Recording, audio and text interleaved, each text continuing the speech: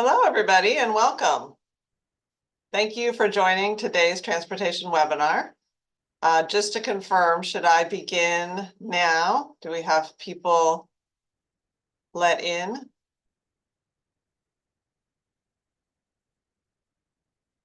Okay, I will begin then. My name is Catherine Blakespear, and I represent the 38th Senate District, which covers northern and coastal San Diego County and Orange County. It's an honor to represent you in the California State Senate. I'm so excited to talk to you today about one of my biggest passions, which is improving transportation and train service. As California works toward its climate goals, enhancing transportation and reducing our greenhouse gas emissions from the transportation mode particularly are absolutely crucial. There are so many positives to rail transportation, and we've seen in other regions of the globe, for example, in Japan and in Europe, just how effective, economical, and environmentally friendly rail can be. I'm delighted to have Kyle Gradinger, who is Chief of the Rail Division at Caltrans, here with us today. He'll give us an overview of the state's rail plan and the important planning that's occurring at the Division of Rail. Before concluding today, Kyle and I will then answer questions that many of you have submitted in advance. So quickly, I'd like to just tell you a little bit about my background and then update you on the transportation issues that I've been working on. I first became interested in the transportation policy space when I served as a traffic commissioner in the city of Encinitas, which is where I live.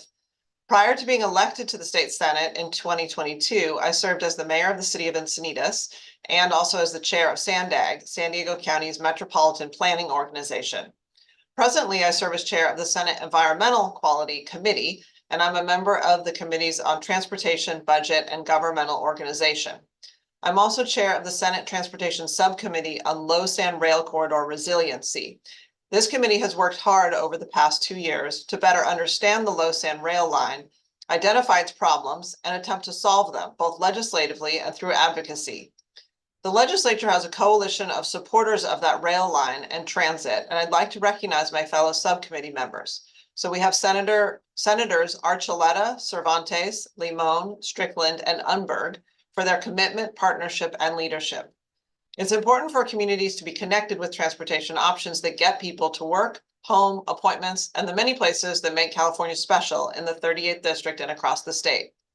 We're fortunate in Southern California to have a network of hundreds of miles of rail and public transit services that offer a convenient and sustainable travel option. The Los Angeles, San Diego, San Luis Obispo, or Low-Sand Rail Corridor connects passengers over 350 miles and through 6 counties on 3 different passenger services. These are Pacific Surfliner between San Diego and San Luis Obispo, Metrolink between Ventura and Oceanside, and Coaster between Oceanside and San Diego. This rail corridor moves millions of passengers each year and connects freight from 4 regional ports: Port Hueneme, Los Angeles, Long Beach, and San Diego. The rail line's constant movement of goods of all kinds is essential for our economy. Seeing the importance of this, after I was elected, I asked the leader of the Senate to establish a subcommittee that focused on low sand to bring attention to the rail line's needs, bring together local, state, and federal officials to coordinate action and improve long-term planning on what is the second busiest corridor in the nation. The reality is that we cannot continue to plan and operate along the corridor as we have done in the past. Environmental conditions and coastal hazards require all of us to think differently and boldly about how we protect coastal resources and preserve critical public infrastructure. Additionally, we have to be working quickly to make the rail line and our transit services better for riders. I'm proud of the work that comes from the state and our local partners in identifying immediate needs and long-term solutions. In the legislature, I've authored 2 bills, SB 677 and SB 1098, to improve planning for and management of the rail corridor. SB 677 directs the Low-Sand Rail Corridor Agency, which oversees the corridor in coordination with rail owners, operators, and planning agencies, to assess the effects of climate change in its annual business plan that outlines the agency's major goals and objectives. The assessment must also identify projects to increase climate resiliency and funding options for those projects. SB 1098 requires, for the first time, a locally driven planning process for setting priorities and action that brings together the State Transportation Agency, Coastal Commission, local agencies, and public stakeholders. Under the bill, a first report identifying priorities is due to the legislature in February of 2026. I remain committed to supporting and building a culture for rail and public transportation services in the state. No matter where you live, you should be able to access frequent, reliable transportation services. And here in Southern California, the Pacific Surfliner, Metrolink, and Coaster are key to doing that. Transportation and planning and coordination are not easy. There are many layers of government involved. At the state level, we have Caltrans and its overseeing agency, the California State Transportation Agency, which is also known as CalSTA, and that's for state level leadership. In particular, I'd like to thank CalSTA Secretary Omashakin for his engagement, partnership, and understanding. The Pacific Surfliner services are considered state-supported intercity rail services. This means CalSTA and the Caltrans Division of Rail work collaboratively with local managing agencies to deliver high-quality rail services. While we have made significant progress in improving rail services, such as bringing online an 11th Pacific Surfliner round trip between Los Angeles and San Diego earlier this year, there are also plans for a 12th and 13th train. There still remain much work that needs to be done. All along the Los San corridor, there is work that needs to be done. There are projects to bolster the rail line, improve service, and counteract the effects of coastal erosion and sagging hillsides and bluffs. In the northern part of the Los San rail corridor, planning for the long-term resiliency at the Honda Bluff, Hollister Ranch, El Capitan, Ortega Hills, and Rincon will be important for the long-term services between San Luis Obispo, Santa Barbara, and Ventura. Projects like the Goleta Train Depot will help increase train ridership and improve the user experience along the corridor. In Orange County, the rail line is closed right now to passenger services due to emergency projects needed in the San Clemente area. While work continues, the tracks will be closed through June 9th. I encourage you to stay up to date on the projects and passenger services through the Orange County Transportation Authority, or OCTA, Pacific Surfliner, or the Metrolink websites. All of those places you can find updates. I am just as aggravated as you are with the constant interruption of train service in recent years. In fact, my own mother, who was planning to travel from Solana Beach to Santa Barbara last weekend, decided to drive instead of taking the train because of the disruption of the train service. We just need to do better. And that's why I'm so engaged in improving and working to improve planning and support for LoSAN, so we can avoid stoppages of service in the future. To be successful, for the region to get the most value out of our rail network, we have to make it dependable, reliable, and efficient. And clearly, we're just not quite there yet. But that being said, there are several exciting projects in the works. In San Diego County, the local process of studying the railroad tracks in Del Mar and identifying a long-term solution continues to move forward. I encourage you to follow SANDAG LoSAN Rail Realignment Projects for updates on that. It's wonderful to see statewide rail projects move forward like Caltrain electrification, the Link Union Station project in Los Angeles, and planned rail expansions like the Coachella Valley Rail project being led by the Riverside County Transportation Commission.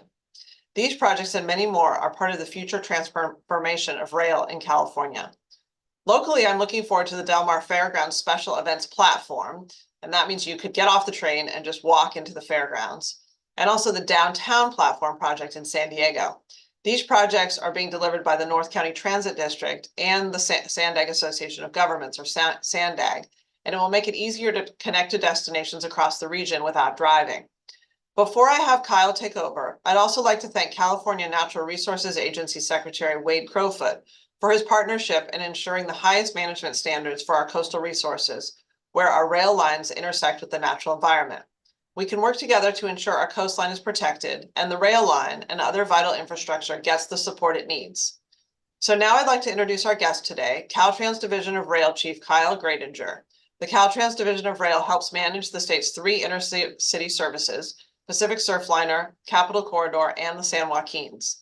Caltrans ensures rail planning results in high-quality, reliable services for Californians across the state. In addition, the division helps manage the fleet and long-term strategy for rail service in California. I'm grateful for Division Chief Gradinger's partnership in ensuring rail services are part of an integrated network in Southern California, including accelerating the deployment of zero-emission rail technologies.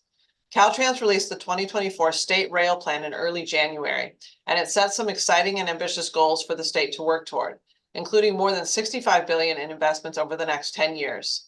I'm excited about the ridership increase, service integration, and decreases in vehicle miles traveled, as well as greenhouse gas emissions that are reduced and made possible with this plan. That will build us toward shifting nearly 200 million daily passenger miles from highways to the statewide rail network. And with that, thank you again for joining me today. And Kyle, I'm going to hand it over to you. All right. Thank you very much, Senator Blakespear. I appreciate the opportunity to speak today. I, too, am also aggravated about the closures of the rail line. Many times I need to get down to Southern California and I need to get between Orange County and San Diego. And so we are committed to working with you and our partners down there in Southern California to make sure that we can get that corridor up and reliable again as soon as possible. In the meantime, though, my sixth grader is doing his California project on coastal erosion and human environment. So at least I've got a lot of good fodder for him and a really good diorama that I can build thanks to the work we're doing down there. So I appreciate the opportunity today to speak about some of the activities that we're doing at Caltrans. So as you just mentioned, the California State Rail Plan, we released an update of that this past January of 2025. The state rail plan calls for providing mobility to every region of the state by creating a world-class, fully integrated zero-emission rail network that connects seamlessly with other transportation modes, including local transit systems. The rail plan vision for passenger rail has three key components: an integrated statewide network with coordinated schedules and a real focus on the customer experience. And this vision, we believe, will create a system that is also cost efficient to deliver and operate if we do it well with our partners. Caltrans envisions passenger rail and transit, which combined today serve only about 2% of the total miles traveled in California, to increase to nearly 20% of all miles traveled by 2050. This would shift nearly 200 million daily passenger miles of travel from highways to rail and transit, significantly reducing road congestion and climate-changing emissions, as well as allowing us to avoid significant sums of highway investment. Along with reducing greenhouse gas emissions, the rail plan outlines measures that we can use to protect rail infrastructure from climate risks, such as sea level rise, wildfires, and flooding, to ensure long-term resilience. The plan envisions a direct capital investment of $310 billion by 2050, with an estimated economic return of over $530 billion. This investment is also expected to create 900,000 full-time jobs for construction, maintenance, and operating industries, representing a significant boost to California's economy. A fully integrated statewide rail network will also improve access to opportunities for Californians without the additional costs of car ownership. So the rail plan will be used to inform ongoing strategic planning and rail network development efforts. And this work will be developed through the framework that the Federal Railroad Administration has developed in the last few years of a program called the Corridor Identification and Development Program. We also call it CIDP, or just Corridor ID for short. So Corridor ID will provide the strategic framework for helping us to prioritize federal and, in our case, a great deal of state investment in California's rail system by developing a pipeline of projects that are ready for funding and implementation. The Corridor ID program utilizes service development plans as one of the first steps to establish service concepts for services around the state and to identify the capital projects that are necessary to implement those services. Once those capital projects are identified, Corridor ID will support the engineering and environmental work necessary to ready the projects for construction. The Low-Sand Corridor has been selected for the Corridor ID program as one of 5 Caltrans-sponsored corridors in California. There are additional corridors, including Brightline West, sponsored by Nevada DOT, the High Desert Corridor, and a few other long-distance corridor ID studies that Amtrak will be leading. But we'll be focusing at Caltrans on 5 corridors, including Low-Sand.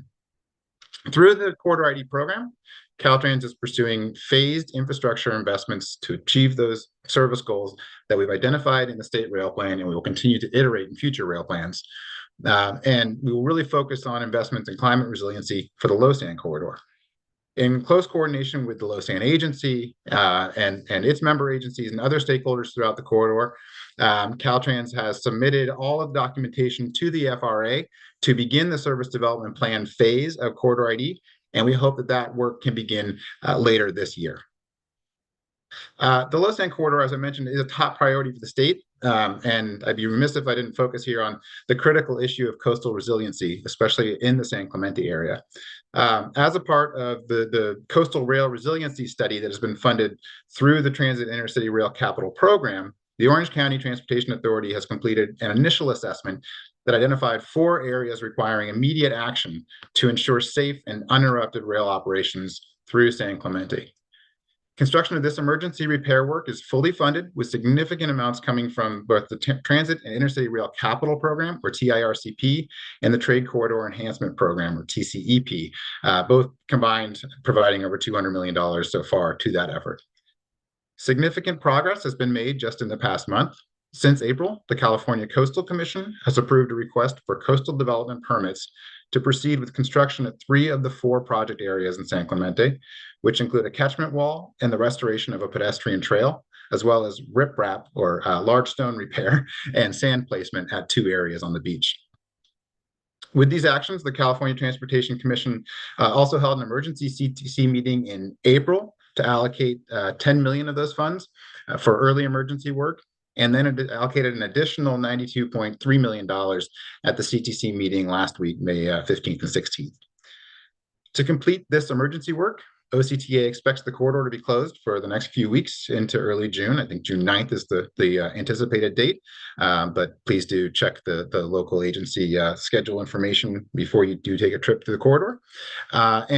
We unfortunately know that this service interruption is necessary to ensure the longevity of the railroad and to avoid future costly and even longer closures.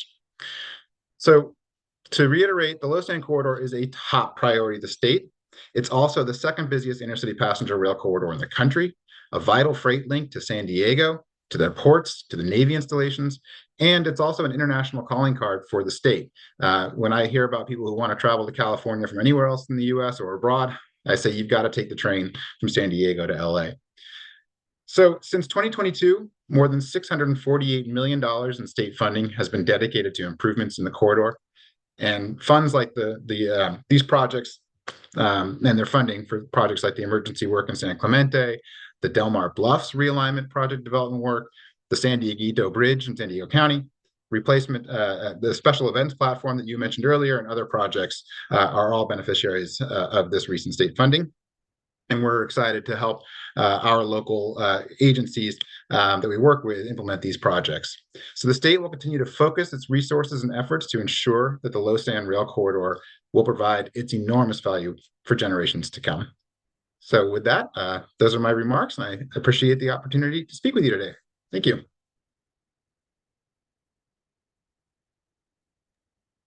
Okay, well, thank you so much for that information. I think one of the things I wanted to start with as a question is that the state has agreed, so Caltrans has agreed to lead a long-term study of potential relocation of the tracks in San Clemente. And I perceive that sometimes there's a reluctance for locals to engage in this discussion because it seems so enormous, the task and the disruption. And I'm wondering if you could talk about what the study would look like, this long-term study of the potential relocation. So what the study would look like and what progress has Caltrans made so far on this? Like I said a minute ago, this rail corridor is absolutely vital to travelers and goods movement. And relocating the tracks is going to be a Herculean task that's going to require years of study. And quite frankly, any solution is going to be a multi-billion-dollar solution. So we don't take this lightly. And so I'll say first off, we're really pleased with the Orange County Transportation Authority and the effort that they're putting into this. We're going to work very closely with OCTA. They own the tracks in San Clemente, and this is in their backyard. It's vital to that agency. We're going to work closely with them, with Metrolink, with the LoSan agency, BNSF as the freight operator through the corridor, and then multiple other stakeholders, including agencies having jurisdiction, local governments, residents, and stakeholders in the corridor. It's in terms of scale and importance, very similar to what we're doing down in Del Mar that Sandag is leading, looking at opportunities to reroute the railroad, but it's going to take years of development and then significant efforts to get the funding in place to relocate these rail lines. But as I mentioned earlier, Caltrans and Calsta, we are working closely with our partners to develop the scope of work for the effort and to begin to take those first steps. And we're just pleased that we have partnership and interest from you and from the agencies up and down the corridor to get the ball rolling, and that's what we're doing. Okay, thank you. Yes, I do encourage moving forward on that study because that's a critical part in order to even understand the landscape and what engineering solutions are possible, and we just don't really have that information now. So okay, and my second question is I'm really excited about Caltrans plans for the inner city fleet that include ultimately a zero emission and electrified service. And can you talk more about the plans for that in the state rail plan and what you're working on in the near term for this rail corridor related to zero emission and electrification? Sure. So in the rail plan, we stated that we think that California can electrify up to about 1,500 miles of rail lines in the state by 2050. And that is a very ambitious goal. But the way we think we can get there is when you look at the High-Speed Rail Authority, Bright Line West, those are corridors that must be electrified because only electrified trains can operate high-speed service like that due to the limitations of physics. But if you look back at sort of how we want to get to that zero emission future starting today, we've been looking at ways to improve rail's competitive advantage when it comes to zero emission for several years.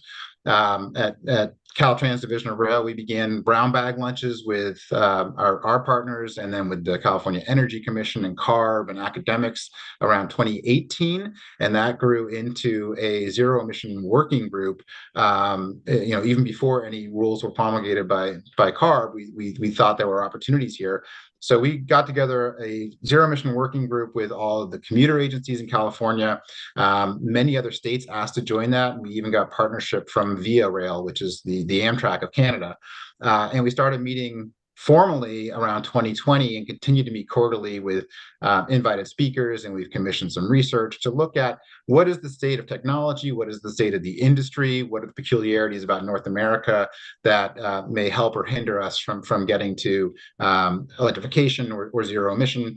But it's been very positive, and I think it's been a great way to bring together great minds and motivated people to say we can do even better. Steel wheel on steel rail is a fantastic energy efficient mode of transportation, but we can continue to make it even cleaner, and we've got a lot of partnership in that area. From that zero emission working group, we developed a zero emission intercity rail strategy for the fleet that Caltrans owns. So we own the majority of the fleet that the Surfliner, Capital Corridor, and San Joaquin's use today. And that document, again, we were looking at long-term, how do we get to electrification, being the gold standard, but are there things we can do today with emerging technologies such as battery and hydrogen or hydrogen battery hybrids?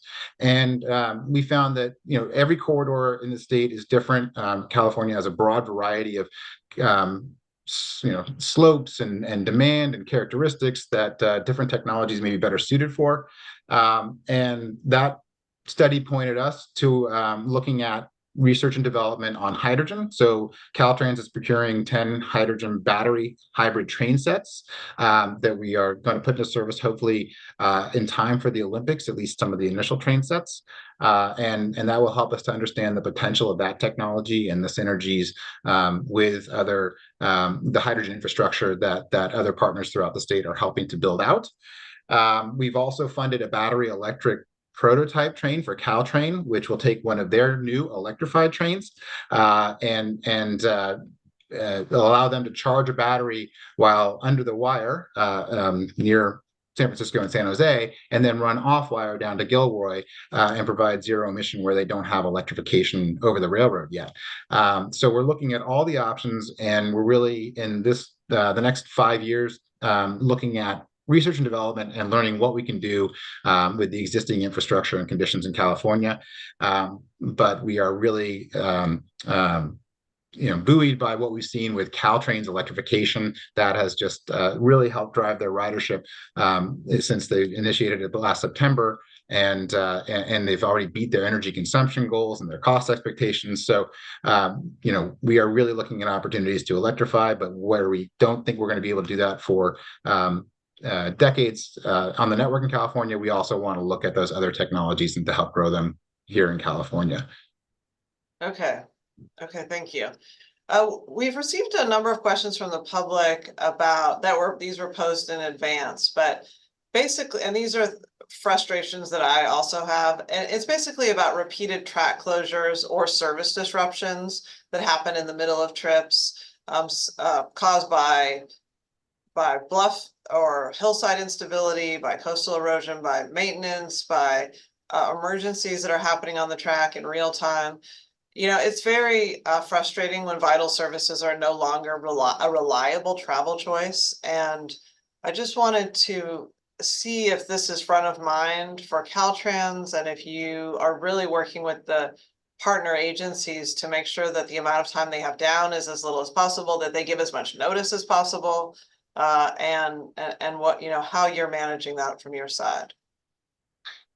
Yeah, I mean, if you think about traveling with an airline and you have a couple of bad experiences with cancellations or disruptions, or their IT isn't working for you, you're a choice traveler, you may walk away from that airline for a while, or you may decide to drive for your next trip. And that's the same thing that can happen on the rail system, whether you're a daily commuter or taking a once-a-year vacation.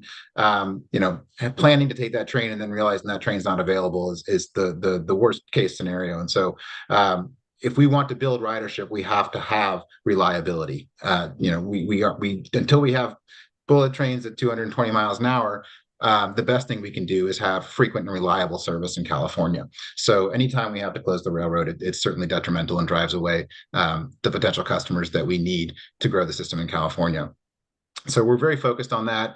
We're supporting the efforts that are taking place right now in San Clemente with what I think they're calling Protect in Place. Again, not being able to move off of the coastal infrastructure for quite some time. While we are looking into how we can do that, we also want to make sure that we're shoring up, quite literally, the corridor so that we can hopefully minimize downtime in the foreseeable future in the next few years.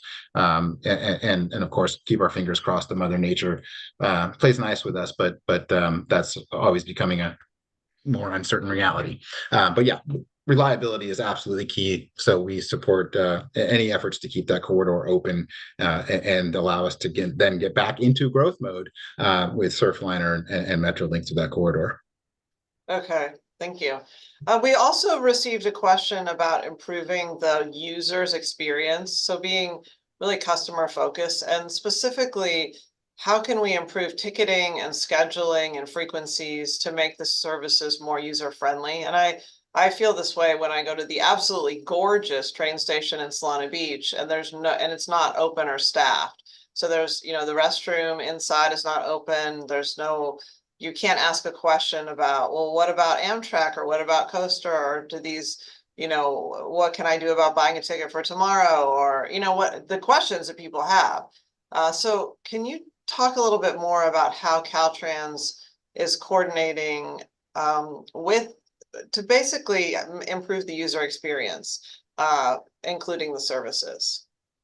Yeah, there's lots of ways you can do that. One way to think about a railroad is that the service offering, the product that you're offering, is really a timetable. And if the trains don't go when people need them to go, it's not a very attractive product.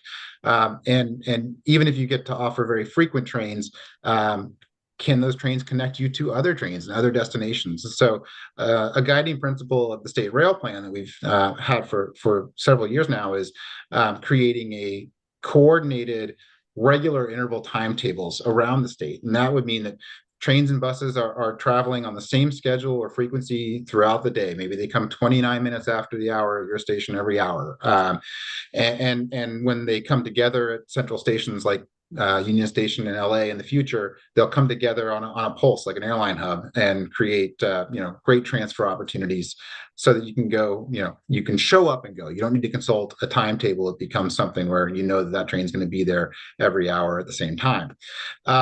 It also enables travelers to connect easily to destinations that would require a transfer today if those connections are by design every time, not 45 minutes or twice a day. So again, there's a lot of very customer focusing elements of schedules, and we think there's opportunities across the state to bring those schedules together. Those timetables, those regular interval timetables, are also very helpful behind the scenes for the operators and for those planning the infrastructure.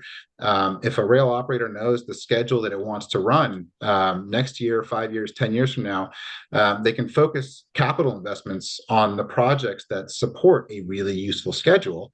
And that makes it easier not only to schedule and dispatch trains when you have those repeating schedules throughout the day, it also helps it makes it easier to identify the capital projects that you need and not invest in those projects that are maybe nice to have, really invest in those projects that are need to have to create reliable schedules for people.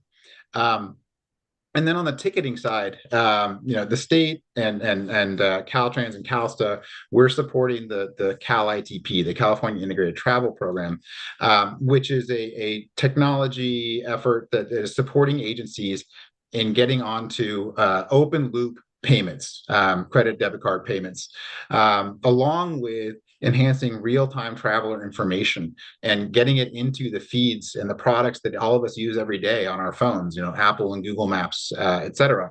And so there's a huge opportunity there in California to get agencies onto standardized products that are out there that aren't boutique and costly, but that are in our wallets or in our phones today. And that it provides that information. If you imagine planning a trip from Irvine to San Clemente today, you'll go to Google Maps. And if we can get that train trip in there with a good travel time and frequency, it's provided there as an option on a platter to the user. So I think there's a real opportunity to get to a better place with technology for payments and travel planning in California.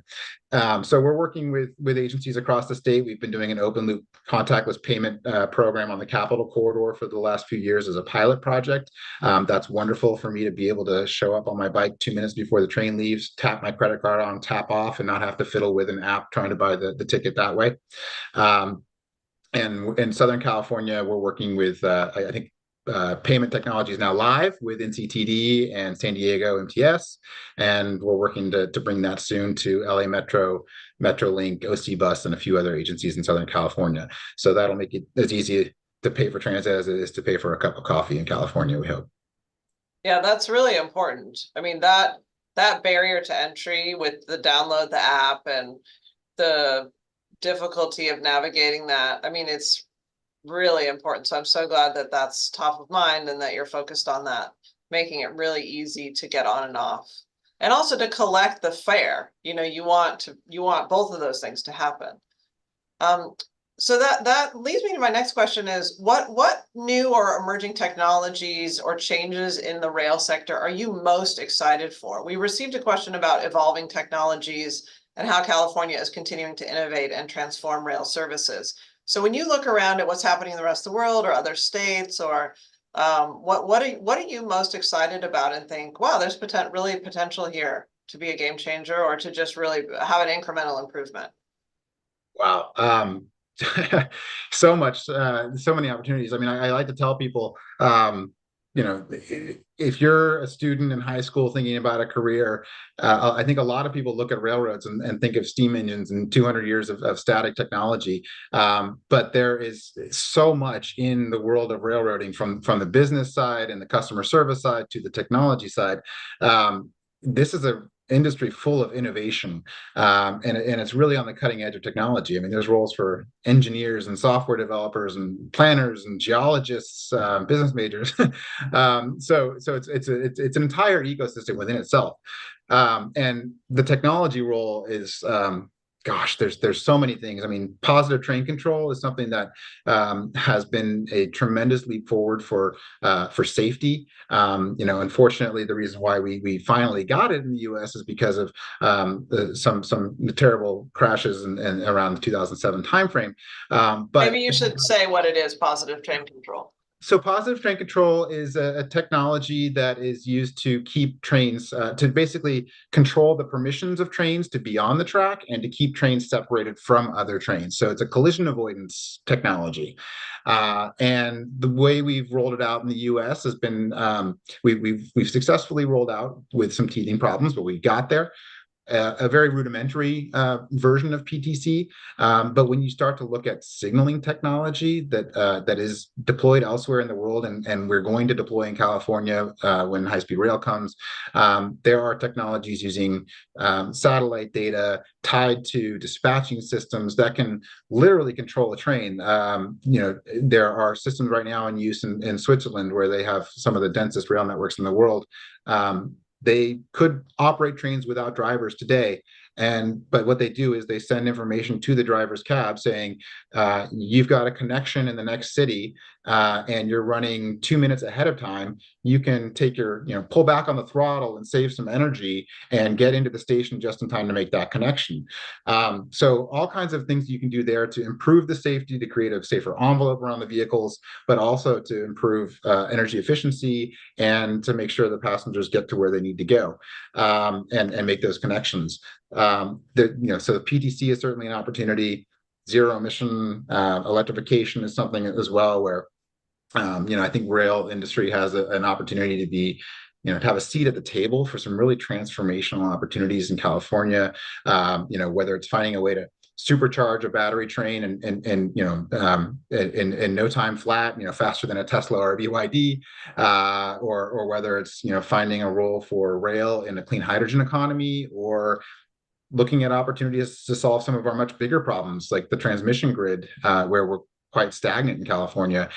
We have linear rights of way that could be used to create new transmission capability and also power trains at the same time. There's some solutions on the rail world that can solve problems on the energy transmission and the fire safety side. So sorry, I couldn't give you just one. I could go on. No, it's okay. That's great that you have so many.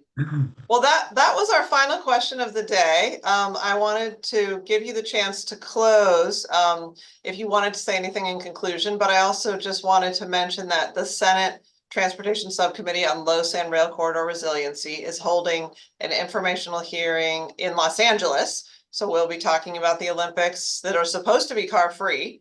And other big, large events like the World Cup and things that are happening in Los Angeles. That will take place in person Friday, May 30th at 12 noon, and it's at LA Union Station. You can also watch it live on the Senate's website. And then I'd also like to encourage anybody who wants to be connected with my office to reach out to me. I have an Encinitas, Laguna Hills, or Sacramento office, and you can find this on my website, which is www.senate.ca.gov/Blakespear. And with that, I'll hand it over to you to see if you would like to make any closing comments, Chief Gradinger. And thank you again for joining us today. Thank you. I'm excited, thrilled to get to work on these near-term efforts, such as in Orange County, to shore up the line and to begin the work to look at opportunities to move the line inland for the future, and to roll that work into the corridor ID study that we're doing. And then in the near term, hopefully we can help support some better ways to get around in Southern California for the Olympics and with these major events coming up. So I appreciate the opportunity to speak today. Thank you. Okay, well, thank you very much. And with that, we are concluded.